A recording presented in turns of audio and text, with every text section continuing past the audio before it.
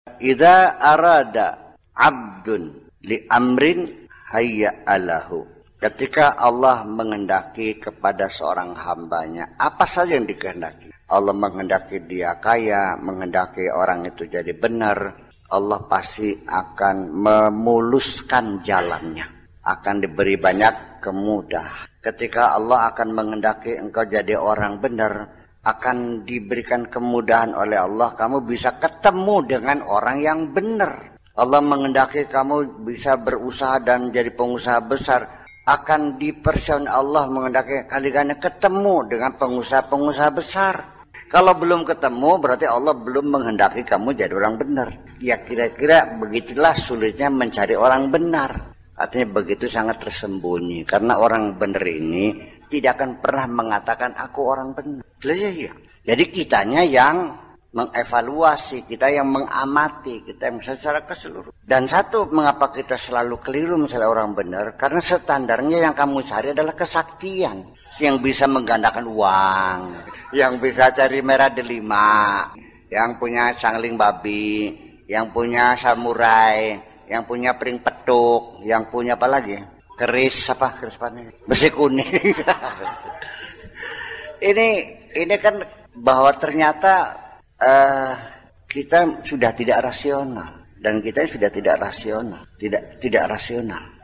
Ya kenapa? Ya banyak sebabnya, nanti saya uraikan. Kenapa kita tidak rasional? Banyak sebabnya. Mengapa kita malas berpikir? Nanti saya uraikan. Kenapa kita takut berpikir? Nanti saya uraikan. Iya. Jadi umat Islam takut berpikir itu sudah lama ya. Loncengnya sudah dibunyikan sejak diumumkan pintu ijtihad ditutup. Itu sudah tutup pintu ijtihad, artinya orang sudah tidak boleh lagi berpikir. Yang ada adalah mazhab-mazhab yang sudah ada saja. Ya begitu kira-kira. Hadza syai'un yata'allaqu bil ma'ani la bisuwari. Ini adalah sesuatu yang berkaitan dengan makna, tidak berkaitan dengan gambar. Ini berkaitan dengan batin, bukan dengan zahir. Ini yang tidak kelihatan mata, bukan urusan yang kelihatan mata. Makna, konsep-konsep yang ada di sana. Tetapi antara konsep dan realita, antara pikiran dan fakta, memang prosesnya pertama muncul tuh semuanya di alam imajinasi dulu. Makhluk-makhluk yang ada ini semuanya berawal dari imajinasi. Sebelum kamu lahir ke dunia, itu blueprintnya sudah dibuat oleh Allah. Namanya deoksiribonukleik acid atau disingkat dengan DNA. Di situ informasi awal secara mendetail ya, di dalam DNA itu sebagai blueprint pertama kali diciptakan, itu di situ sudah diuraikan watak, tabiat, sifat, watak, penyakit, ya kan? Warna kulit, warna mata, warna ini semua segala macam, ya kan? Dan deoksiribo ini juga ketika terjadi pembelahan sel baru, sebelum sel baru itu tercipta, ini DNA sudah langsung mengkopi dan masuk ke dalam sel yang baru. Dan sel yang baru ini sudah ditetapkan nanti fungsinya kamu jadi hidung, ini jadi telinga, ini jadi rambut dan sebagainya. Itu namanya yusawwiru fil arham, wa huwa alladzi yusawwiru fil arham. Dialah yang melukis kamu ketika kamu dalam kandungan ibumu. Yang menyebabkan itu ada Hotel Indonesia, kan ada program dulu, ada rencana dulu. Maka kejadian alam semesta, manusia dan segala isinya ini semuanya dari mana? Itu semuanya adalah dari iradah Allah.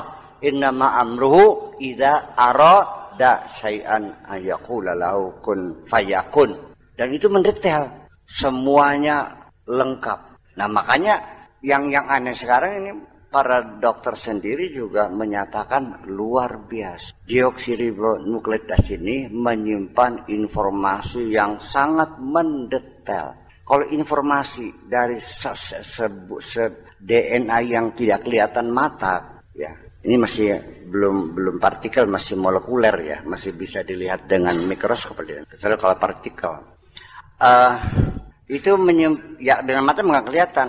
itu kalau ditulis informasi itu, saya kira 1 juta lembar juga kurang. Kalau ditik tuh, makanya ini itu harus kita ketahui. Antara makna dan surah itu memang dua-duanya, satu dalam alam imajinasi, satu dalam alam realita. Tapi itu prosesnya seperti itu. Idza tamal li 'abdin ma dzakartu, kalau terjadi apa yang saya sebutkan tadi, saha zuduhu fid dunya wal akhirah. Baru pertama kali kalau dia sudah memang akan diarahkan jadi orang yang benar nantinya, pertama kali langkah awalnya adalah kezuhudannya yang akurat.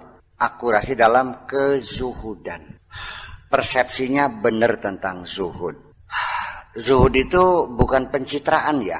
Memang itu konsepsional dari dalam diri kita sendiri. Wa ma siwa al-maula, selain Allah itu tidak ada yang dicintainya. Taji'uhu as-sihhatu biji'atil mulki was-sultanah wal imarah. Nah nanti akan datanglah kalau sudah benar zuhudnya itu benar sesuai dengan aturan.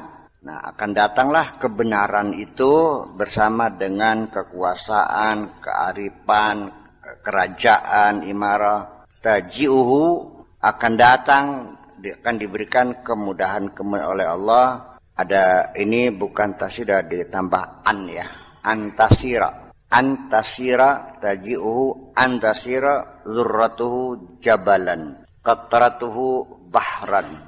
Nantinya kalau sudah begitu, nantinya sebutir pasir itu akan menjadi gunung. Qatratuhu bahran, dan nanti tetesan airnya akan menjadi lautan. Kaukabuhu qamaran, planetnya akan menjadi bulan. Qamaruhu syamsan, dan bulannya akan menjadi matahari. Ini gambaran dari pertumbuhan perkembangan proses menuju pada kesempurnaan itu. Wa qaliluhu katsiran, sedikitnya jadi banyak. Mahwuhu wujudan, yang tadinya terhapus menjadi wujud ada. Fana'uhu baqa'an, kefananya menjadi keabadian. Taharrukuhu sabatan, gerakannya semakin mantap. Ta'lu syajaratuhu wa tashmahu ilal arsy, nanti pohonnya akan menjulang tinggi sampai ke aras. Wasluhu ilas sara, dan akarnya dasarnya sampai ke bumi. Wa yaghallu aghsanuha fid dunya, dan nanti dahannya memenuhi dunia. Wal akhirah ma hadhil aghsan, apa itu dahan dan itu? Al hukmu wal ilmu, kekuasaan dan keilmuan. Itu proses pada kesempurnaan kita akan terjadi perkembangan kualitas matahari, yaitu gambaran saja, bahasa sastranya seperti itu. Tapi artinya ya yang tadinya dengan istri bertengkar saja, sekarang jadinya mesra lagi. Anak-anaknya yang tadinya ngelawan saja jadinya nurut lagi.